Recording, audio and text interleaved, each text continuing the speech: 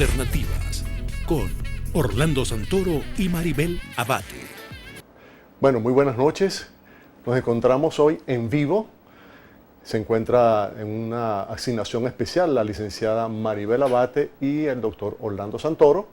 Hoy vamos a tener un programa muy especial hablando con el economista Sergio Mesa. Así que bueno, vamos a dar la bienvenida al economista. ¿Cómo está usted? Muy bien, ¿cómo está? Muy bien, bien. Bueno, grato. Gracias por la invitación. Grato para nosotros tenerlo en el programa Alternativas. Hoy, por supuesto, mis compañeros en asignación especial. Vamos a hablar hoy de un tema que en Venezuela es el día a día, ¿verdad? Lo que es la reconversión de la moneda. ¿Qué es eso? Bueno, la reconversión monetaria es una forma de reforma monetaria.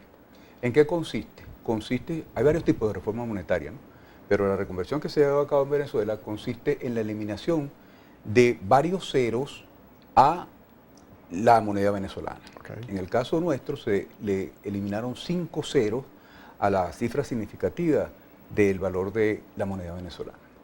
Entonces, eso trae como consecuencia que haya la necesidad de emitir un nuevo cono monetario, que de hecho se hizo. Se emite un nuevo cono monetario que nace Chucuto. El que teníamos y el que viene ahora es un cono monetario Chucuto. ¿Chucuto por qué? Porque el cono monetario tiene que estar compuesto por múltiplos de la moneda, en el caso del bolívar soberano, como lo han llamado, múltiplos de la moneda, monedas de 2, de 5, de 10, de 20, etc. Y submúltiplos o fracciones de ese bolívar soberano. Es decir, debe haber monedas de 0,50 bolívares soberanos, de 0,25, de 0,10, de 0,5, para que facilite el intercambio, para que facilite las transacciones comerciales.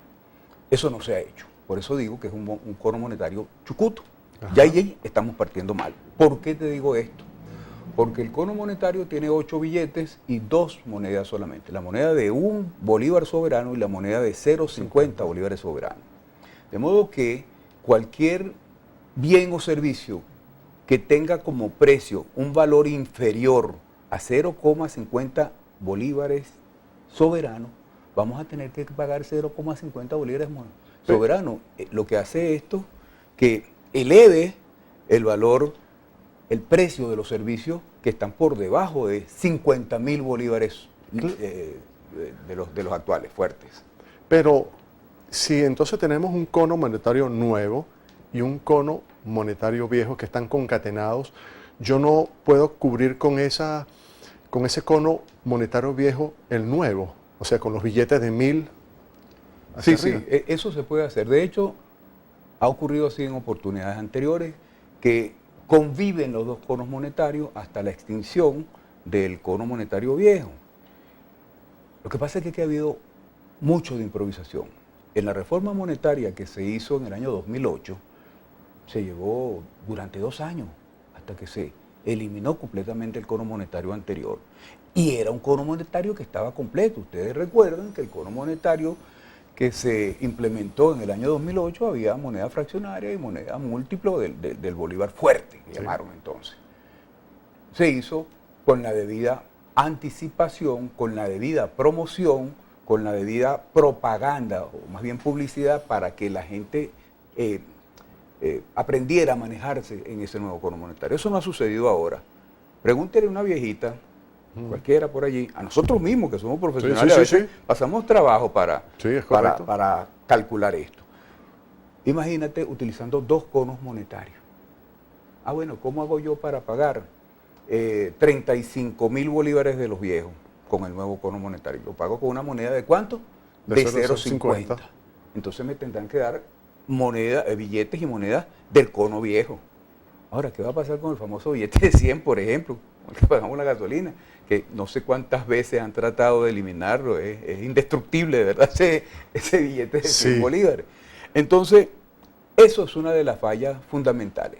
Un sistema monetario, cualquiera que sea, que rija en un país determinado, tiene que ser muy expedito, muy fácil de manejar, porque facilita las transacciones que se dan.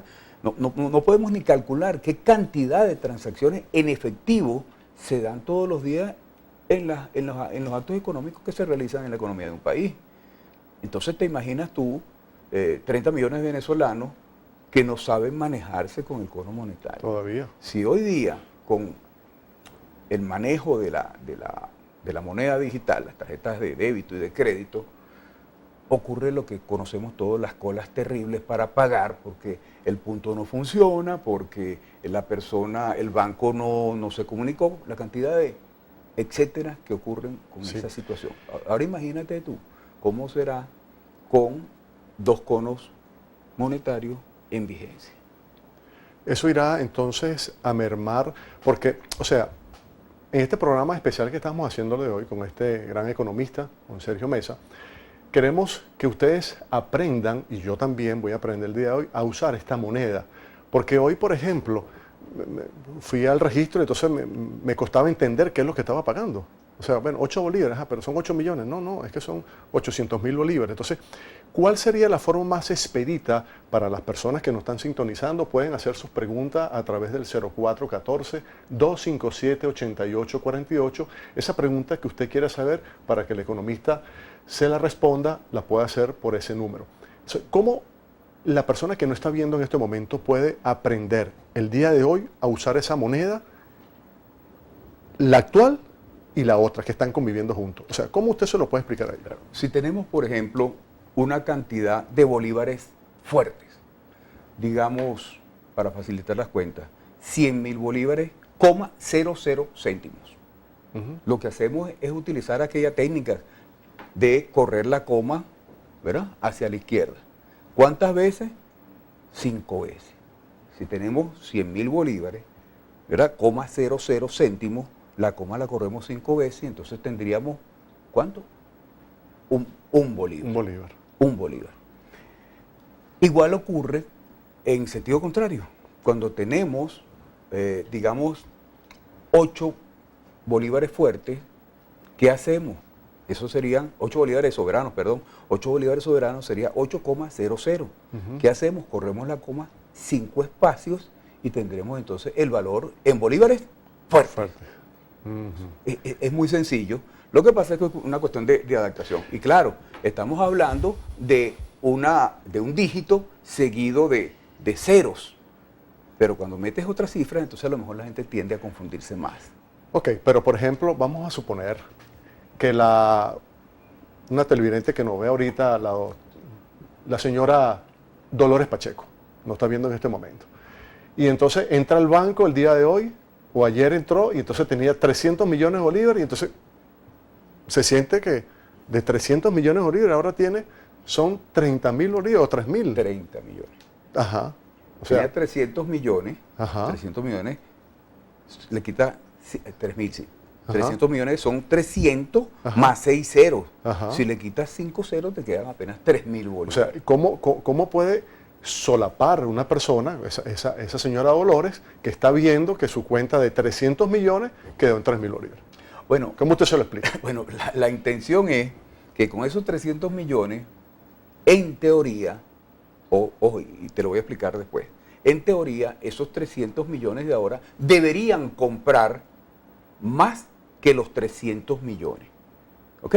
Los 300, repito, los 300.000 o los 3.000 bolívares soberanos deberían comprar más que los 300 millones de bolívares fuertes. Correcto. En teoría. Digo en teoría por lo siguiente.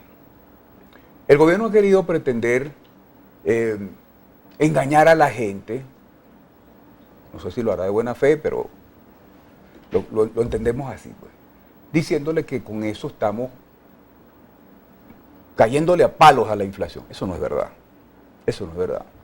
Fíjate, para acabar con la inflación se requiere de aplicar un conjunto de medidas de manera armónica, coherente, racional,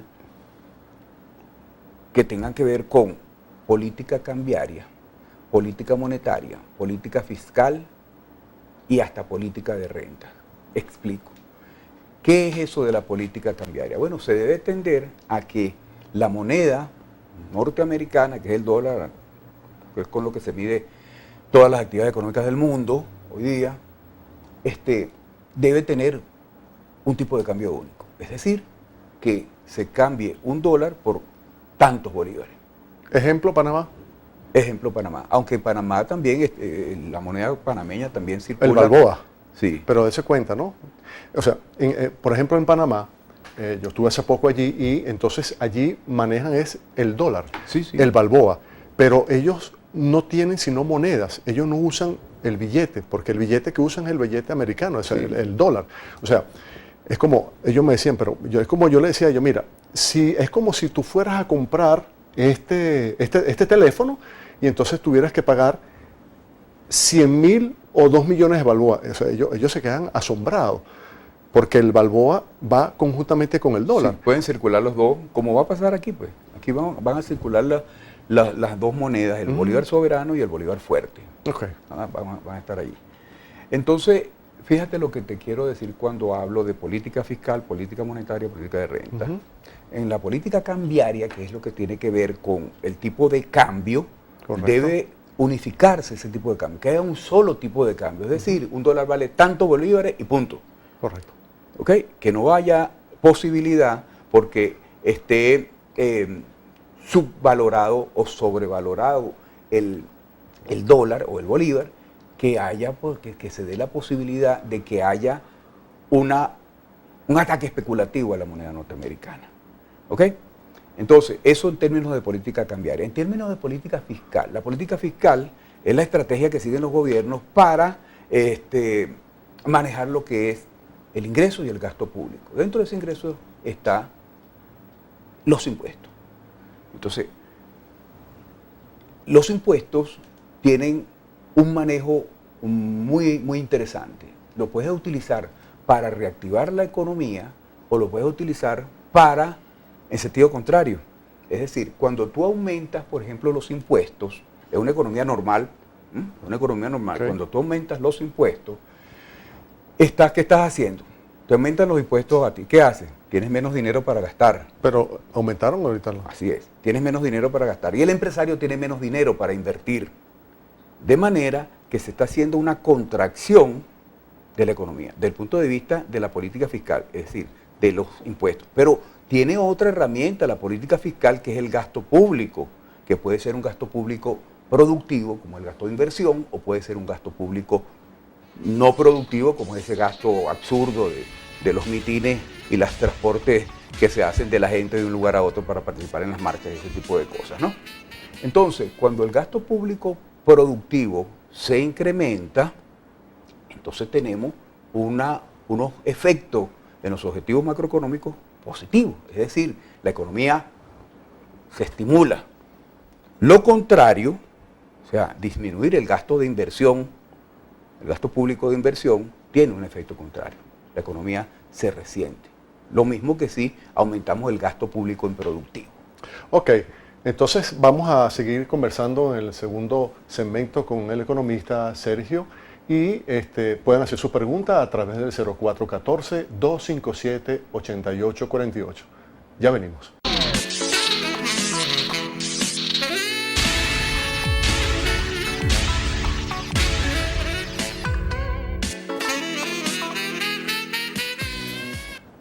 Bueno, gracias por seguir aquí con nosotros y este programa especial con este gran profesor y economista, por supuesto, Sergio Mesa. Economista y amigo, Sergio. Sergio. Estamos hablando de 5 propuestas y nos faltaban 2, que era la política monetaria y la política de renta. ¿En qué consiste eso?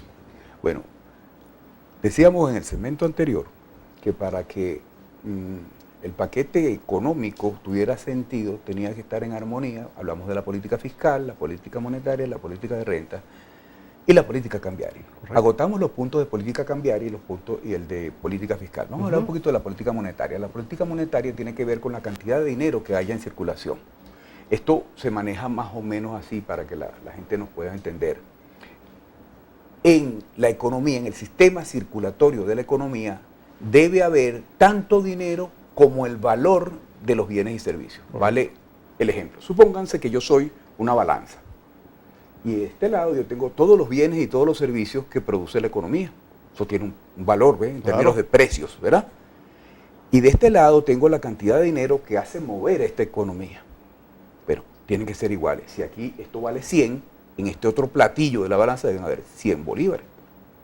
¿Qué ocurre? Que cuando el gobierno mete más dinero acá, distinto al valor de los bienes y servicios que produce la economía, se desequilibra la balanza. Y es lo que produce inflación. ¿Por qué? Porque tenemos más dinero para comprar la misma cantidad de bienes y servicios. Correcto. Entonces los consumidores estarán dispuestos a pagar precios más altos por la misma cantidad de bienes y servicios. Y a eso se agrega el hecho de que no se producen suficientes bienes y servicios. Entonces, la escasez. Por eso entonces es que es necesario que el Banco Central, que es quien maneja la política monetaria del país, imponga sus criterios, no sus criterios, que imponga lo que está establecido en la ley y en la Constitución, que el Banco Central no debe financiar los déficits fiscales del gobierno. Así de sencillo es. En cuanto a la política de renta tiene que ver con la fijación de precios y de salarios. Acuérdate que el salario también es un precio, es el precio del trabajo. Entonces, cuando el gobierno regula de manera indiscriminada los precios y los salarios, está incurriendo en algo que no se debe hacer.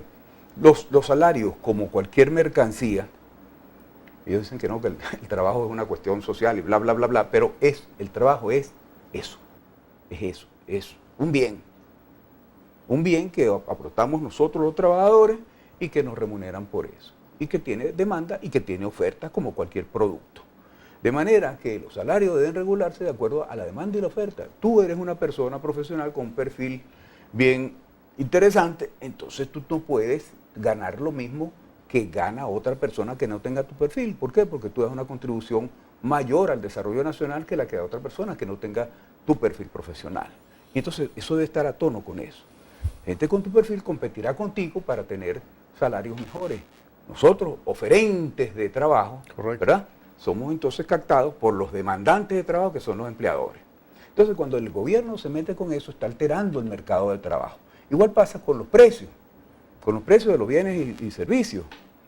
¿Qué ocurre? Que el gobierno le dice a un empresario que produce este bolígrafo, que le costó 80 producirlo, él lo vende a 100 para tener una ganancia. Pues es el propósito de un inversionista, de un empresario. Entonces el gobierno dice, no, tú no lo vas a vender a 100, tú lo vas a vender a 90, o a 80, o a 75, al precio que le dé la gana. Entonces está condenando a ese productor de bolígrafo a cerrar, porque nadie va a trabajar para perder. Entonces, ese es el problema de los controles de precios. Ahora, para ir cerrando estos 5 puntos que usted nos dio, de estas 5 políticas, usted como economista y conocedor, más de 30 años dando clases, un consejo al gobierno, si nos están escuchando por este programa hemos visto, ¿cómo podría llegar ese consejo que usted le da al gobierno para que puedan aplicar eso y este país pueda salir adelante? Bueno, esto es un poquito más complicado. Fíjate bien. Acabo de decirte que para que estas medidas en contra de la hiperinflación funcionen, para hacer un programa de estabilización macroeconómica, es imperativo que todas estas medidas de política económica que te he mencionado funcionen en armonía. Lo que pasa es que nosotros en Venezuela tenemos una situación muy particular. Nosotros tenemos una situación de estanflación. La estanflación consiste en que hay inflación, que es el crecimiento sostenido del nivel de precios, y hay también recesión, que es que la producción de bienes y servicios va mermando. Entonces es una combinación de las dos patologías más terribles que pueden tener las economías modernas. Y lo peor del caso es que para corregir la patología inflación, que está ahora en grado superlativo, es hiperinflación, para corregir esto, las medidas que deben tomarse para corregir la hiperinflación son contrarias a las que se necesitan para corregir la recesión económica. Es decir, que estas medidas que van a corregir la inflación perjudican el crecimiento económico y lo contrario. Entonces, los economistas han planteado una cantidad de medidas que también tienen que ver con decisiones de política. ¿Qué prefiero, abatir la inflación o crecimiento económico? Las dos, ¿cómo lo hago? En este marco es necesario que el Estado, el gobierno, ¿verdad?, diseñe una política en la cual acabe con la hiperinflación, porque si con la hiperinflación no se puede vivir, es insostenible. Claro. Y esto crece a una velocidad gigantesca. Sí. Entonces, ¿qué ocurre? Que cuando se ataca la hiperinflación, genera una cantidad de efectos negativos a los que menos tienen. ¿Por qué? Porque para eso hay que liberar precios y dejar que el mercado se mueva. Todos estos mercados, el mercado cambiario, el mercado de trabajo, el mercado de bienes y servicios, Correcto. el mercado monetario, que se mueva solo, ¿verdad? ¿Para qué? Para que se ajuste por aquello de la demanda y la oferta. Entonces, ¿qué ocurre? Si el gobierno no hace eso, los precios se van a disparar. Y entonces habrá que atender a los que menos tienen con programas de programas sociales. Entonces, son lo que llaman los técnicos, los teóricos, unos programas heterodoxos. Es decir, donde se van a controlar entonces precios, se van a controlar salarios, de manera de que no afecte tanto a quien menos tiene. Ok, y si nosotros hablamos en este programa, recuerda hacer sus preguntas a través del 0414-257-8848, donde en el tercer segmento vamos a leer sus preguntas. ¿Podríamos hablar entonces que esta reforma fiscal y tributaria puede ayudar a reforzar el déficit o el descontrol que tiene el Estado o el gobierno? Bueno, el gobierno acaba de hacer unos anuncios en que aumenta el IVA y plantean reducir a cero el déficit fiscal. Eso, si se ve en un conjunto de medidas coherentes, eso es positivo. El asunto es que se anuncia como una medida aislada y están por hacer otros anuncios que no sabemos cuáles son. De manera de que si ellos hacen esto que yo les estoy planteando, ¿verdad?, Las políticas. de manera armoniosa, un conjunto de medidas de política económica, podría funcionar. El problema que yo le veo a todo esto es que todo esto está montado sobre una, no sé si decir una farsa, que es el señor Petro. Ya vamos a Acuérdate hablar que de- el Bolívar soberano ha sido anclado al petro. El petro que corresponde al valor de un barril de petróleo que ellos dijeron que era de $60. Y si en este momento, si yo, por ejemplo, tengo una empresa de snack y entonces tengo unos empleados allí, tengo que yo pagarles del propio dinero que yo produzca o el Estado me tiene que ayudar. Pero después de esos 90 días, ¿qué puedo hacer yo?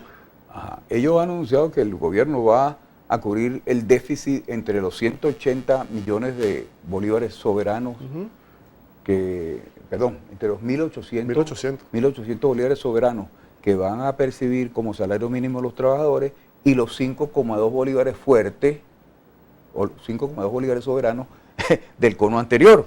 Entonces hay una diferencia importante allí. ¿Cómo lo van a hacer? ¿Cómo Eso cubren? va a crear, ¿de dónde van a sacar el dinero? Es lo que te quiero decir. Por Eso eso. va a generar mayor gasto público. Y ese gasto público, ¿de dónde va a salir? Otra vez del Banco Central, otra vez vamos a seguir con el señoreaje, con el financiamiento monetario. Ahora, ¿De dónde va a salir eso? Sergio, cuando usted me habla del anclaje en el petro, ¿puedo yo entender entonces que mis empleados, yo debo pagarle medio petro? ¿Ok? Sí. Ahora, si el petro, si el salario está valorado en el petro o en el medio petro, si en este momento, dentro de 2 días, el barril sube o el barril baja, ¿cómo hago yo? O sea, ¿cómo hago yo, administrador de una empresa, para yo saber cuánto voy a pagar? Eso es parte, y por eso decíamos hace un momento que este era un análisis parcial, porque eso forma parte de las cosas que no ha aclarado el gobierno. Es decir, hasta donde he oído algunos voceros del gobierno, es que eso va a permanecer estable en $60, ¿hasta cuándo? No sabemos. Esa equivalencia, petro, $60. Entre paréntesis, entre comillas, equivalente a un barril de petróleo al precio que establecieron ellos en el momento que definieron esa política. Sí, pero mire mi pregunta, ¿no? O sea, ¿cómo la persona que no está viendo ahorita, ¿verdad? El señor Ruiz, que no está viendo ahorita en su casa, ¿cómo yo le voy a poner un dinero especial a ese barril cuando yo no lo pongo, sino que lo pone el mercado internacional. El mercado internacional. Así es.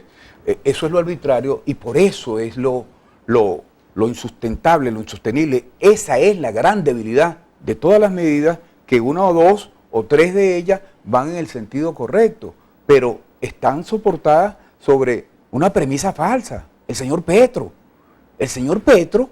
primero, que no es una moneda de reserva. Ok, entonces, disculpe, vámonos a unos comerciales de la emisora Mira TV y por supuesto alternativas. Y cuando regresemos vamos a leer las preguntas que ustedes están haciendo y a hablar del señor Petro.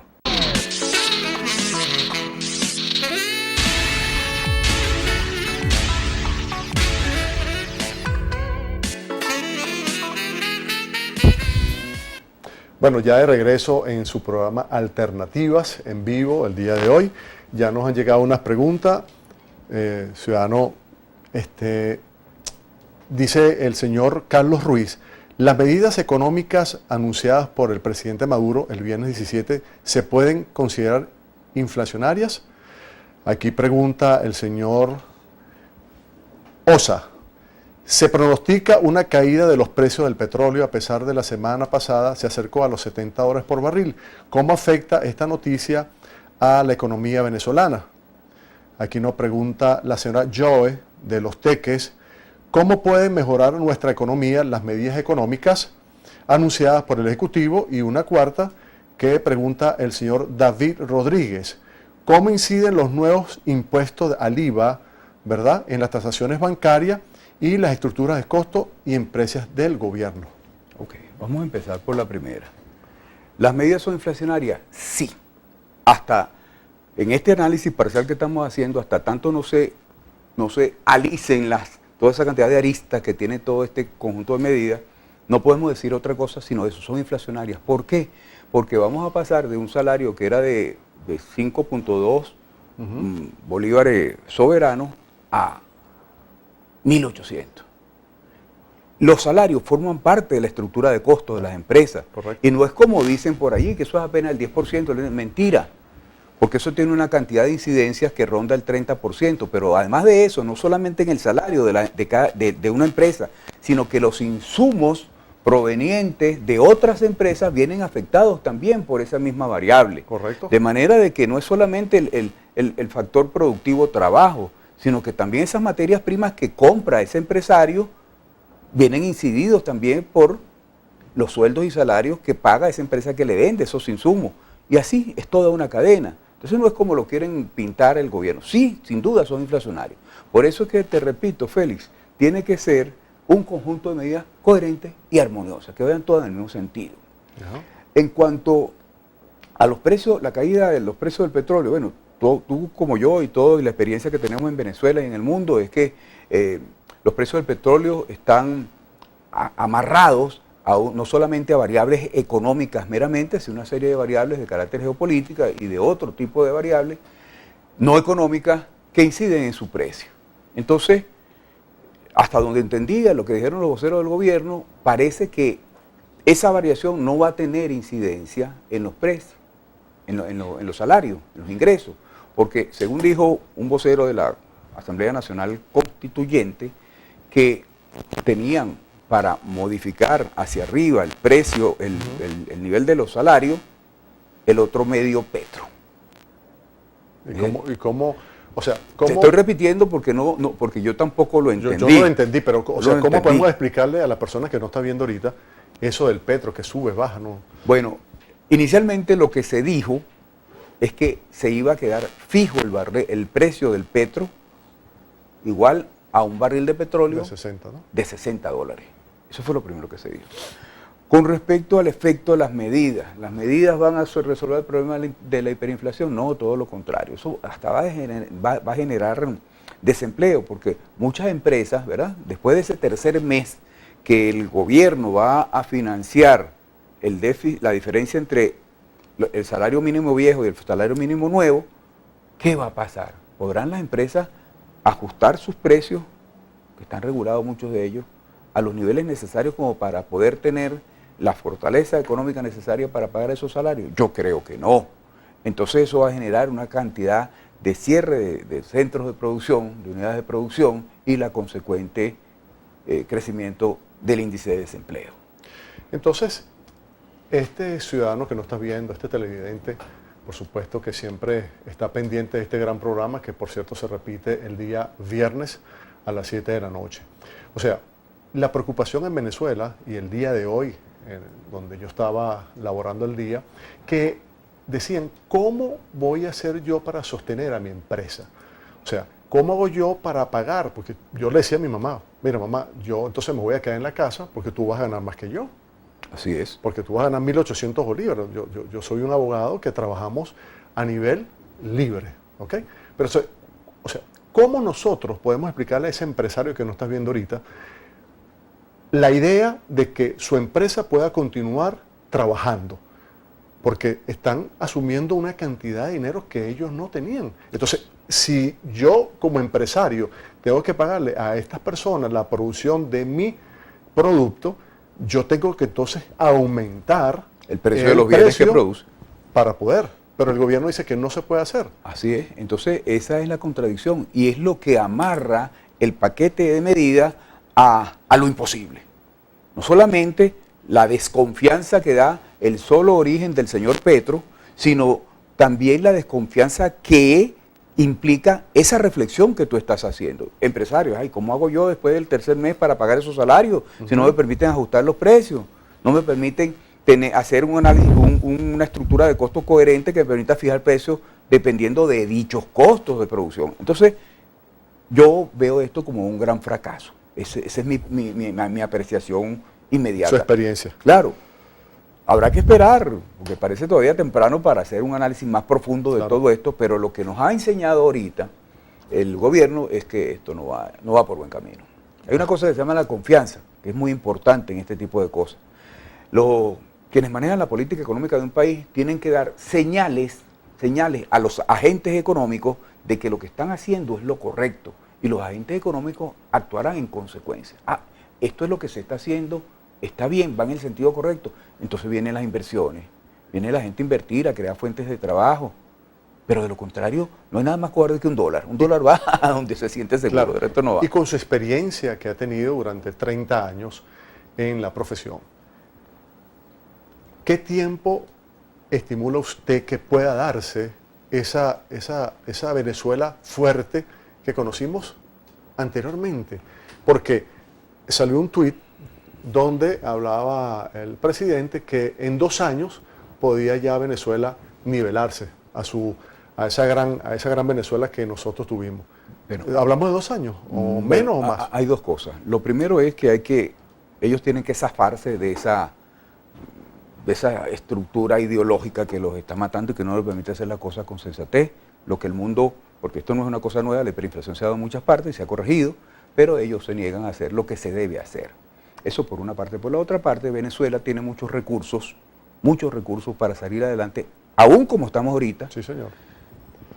Económico. El problema de Venezuela no es un problema económico. El problema de Venezuela es un problema de valores. Es un problema de que los que llegaron al poder se quisieron enquistar en el poder y no lo van a aflorar. Y ya lo han dicho. Nosotros no nos vamos de aquí, nosotros no vamos a entregar el poder. Ese es el gran problema. El problema económico de Venezuela, que hay 4 o 5 economistas muy buenos y muchos muy buenos que pueden resolver el problema económico. Es más, la hiperinflación, de acuerdo a las experiencias de Jeffrey Sachs y Larraín, en el caso de la hiperinflación que se dio en Bolivia por allá en el año 85, 86, lo corrigieron en un ratico, en meses. Cuando se aplica bien un paquete de medidas, un paquete de ajuste macroeconómico, eso funciona en semanas. En semanas se corrige la hiperinflación y ese es el primer paso para que podamos tener una economía en crecimiento, una economía donde impere la confianza y vuelvan a fluir a Venezuela las grandes inversiones y podamos nosotros entonces tener un mejor nivel de vida. Y entonces cuando le hago esta pregunta, para que estos televidentes que nos están viendo y hagan sus preguntas, esa flexibilidad de la moneda, el dólar, o sea, ¿cómo podemos nosotros convivir con esa moneda del bolívar soberano, el fuerte y el dólar. O sea, podemos nosotros llegar entonces a pensar, como un programa que estaba escuchando yo hoy, y donde decía que el gobierno podía reconocer entonces, poniendo el dólar a 60, creo que era, está reconociendo un dólar paralelo. Sí, de hecho, ¿Lo reconoce? De hecho, como comentábamos antes del programa, fuera del estudio, decíamos que el gobierno había equiparado un dólar a 6 millones de bolívares. Eso es una macro devaluación. ¿Cómo lo hizo? Hicieron una proporción. Un dólar vale 6 millones de bolívares. ¿Ok? Un barril de petróleo vale 60 millones de barriles. El bolívar soberano, entonces, es la división, el resultado del cociente de dividir los 6 millones de bolívares fuertes entre los 60 dólares. Y entonces se da lo que llaman ellos el bolívar soberano, que son entonces bolívares fuertes por barril de petróleo, por dólar, pues. Entonces, ¿qué pasa con eso? Ese dólar soberano, ese bolívar soberano, perdón,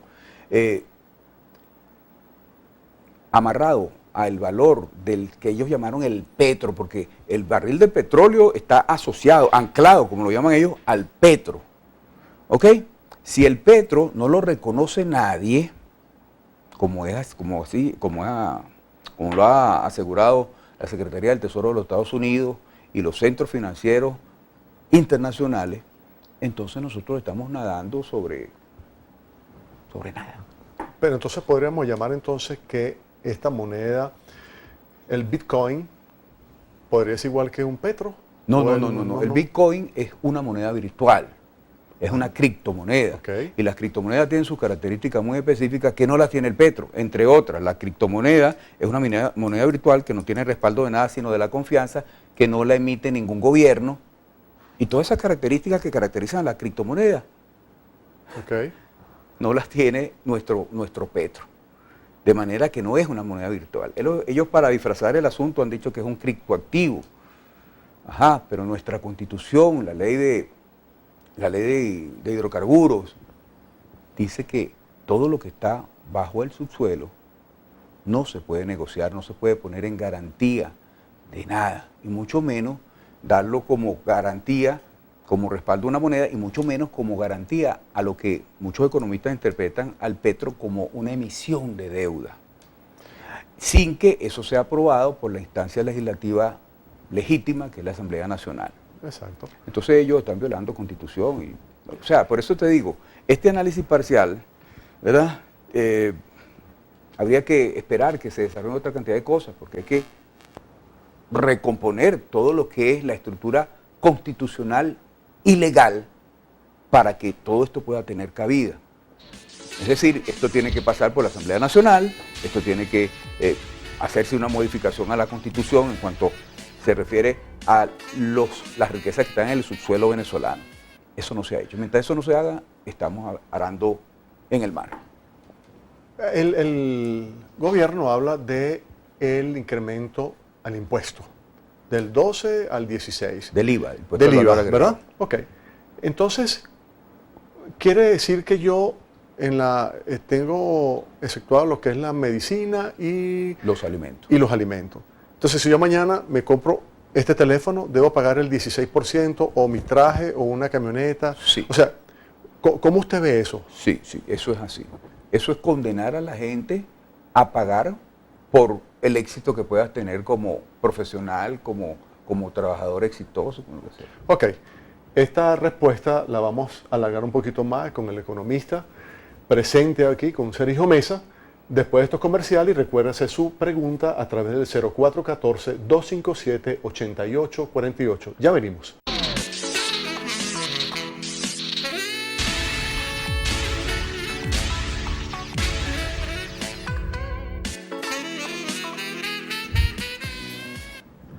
Bueno, ya de regreso en su programa Alternativas en Vivo, y por supuesto pueden verlo el día viernes a las 7 de la noche. Vamos a leer estas preguntas que le llegan a usted. Buenas noches. Si el petróleo cae a $8, el barril queda en cuánto quedaría el sueldo. ¿Cómo puedo entonces el gobierno establecer un precio a $1 que no es de 60. Buenas noches, el gobierno paga a la empresa privada 3 meses de la nómina, hay plata, las enfermeras no le quieren pagar lo que se merecen. Y buenas noches, doctor Perdomo, lo felicito porque tiene un invitado muy especial y muy profesional. Saludo, atentamente, Torito, le manda eso. Gracias. Entonces, ¿cómo nosotros podemos, estas personas que nos están viendo, en este último negro que tenemos, lástima que el programa es muy corto, cómo nosotros podemos entonces ir cerrando todo esto de lo que hemos hablado para que las personas puedan entender que hay que esperar un tiempo, como yo se lo pregunté? O sea, ¿qué debe esperar el venezolano? Porque había muchas personas hoy que vivaban decían, no, pero es que yo tenía un dinero, ahora tengo 3.000 bolívares. O sea, ya en Venezuela, ya muy pocos son millonarios. Así es. Hay una persona que una vez me dijo, ya soy millonario porque tengo el primer millón en mi banco. O sea, todo el mundo se siente ahorita que es pobre. Así es. O sea, porque el dinero que teníamos ya no está. Esa es la consecuencia de la hiperinflación. Pero antes déjame Ajá. responderle al televidente que habló sobre el precio del barril de petróleo si llegara a $8 y el pago que no se le hizo a las enfermeras. Bueno, hasta donde yo sé, lo que yo oí de ellos es que va a mantenerse en $60 el precio de ese señor Petro. Ok. ¿Ok? Eso fue lo que oí, que se iba a mantener así. Y es cierto esto que dice el televidente, muy aceptado. Si no le pudieron pagar a las enfermeras 18 millones que pedían, no sé cuánto era que pedían de salario, mucho menos van a poder pagar 1.800 bolívares soberanos, que son 180 millones de los bolívares fuertes del cono viejo. Ajá. Entonces, para redondear esto un poquito, la gente tiene muchísimas razones para tener dudas ante tal incertidumbre. Como te dije, este análisis es parcial. Ojalá tengamos la oportunidad de conversar cuando ya estén definidas todas las demás, los aspectos, las interrogantes que el proyecto el programa de medidas económicas del gobierno presenta. Hay muchas dudas. ¿Qué va a pasar, por ejemplo, con las incidencias de ese aumento de salario? Todo lo que tiene que ver con vacaciones, utilidades, los pagos a los terceros, como las obligaciones para fiscales, Seguro Social, INSE, toda esa cantidad de cosas. Las va a pagar también el gobierno.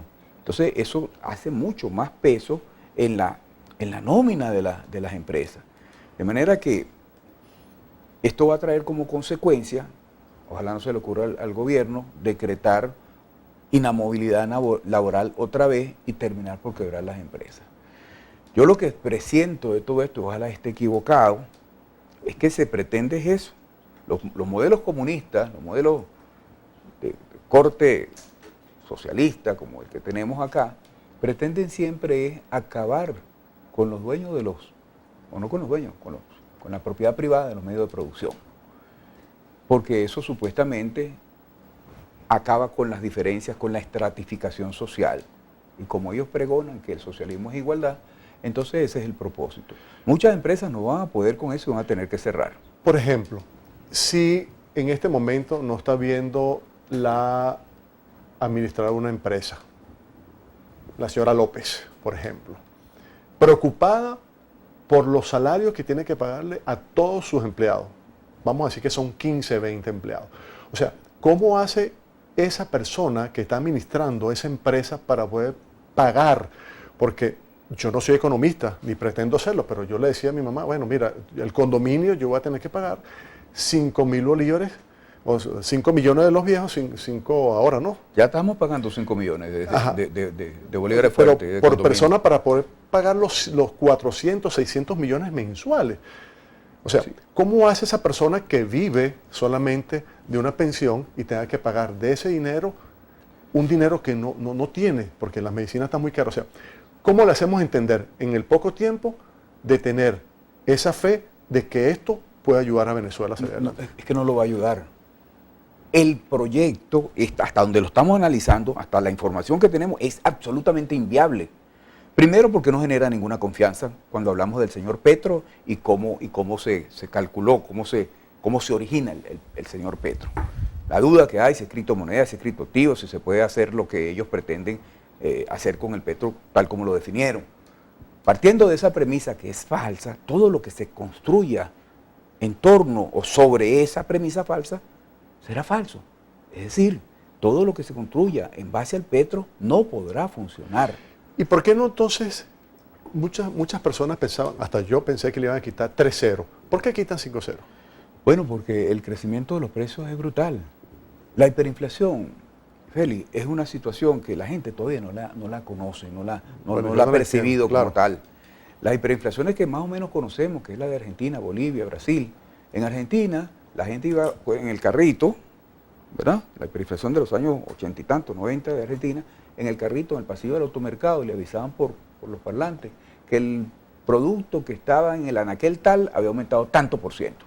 Y la gente se lo sacaba del carrito y lo ponía otra vez en el anaquel. Es correcto. Así es la velocidad con que crecen los precios en las situaciones hiperinflacionarias. Y mira,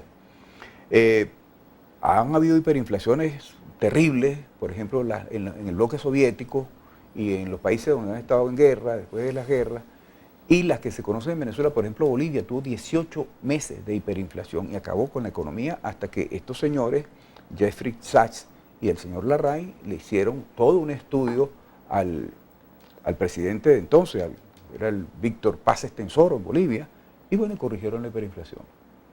Y tardó eso apenas unos meses. Pero hay que tener la disposición política. Y una cosa que es bien importante, Félix, es que los gobiernos en eso es que tienen que ser fuertes. Epa, vamos a devolverle al Banco Central la autonomía, para que el Banco Central le diga al gobierno, epa, yo no te voy a financiar.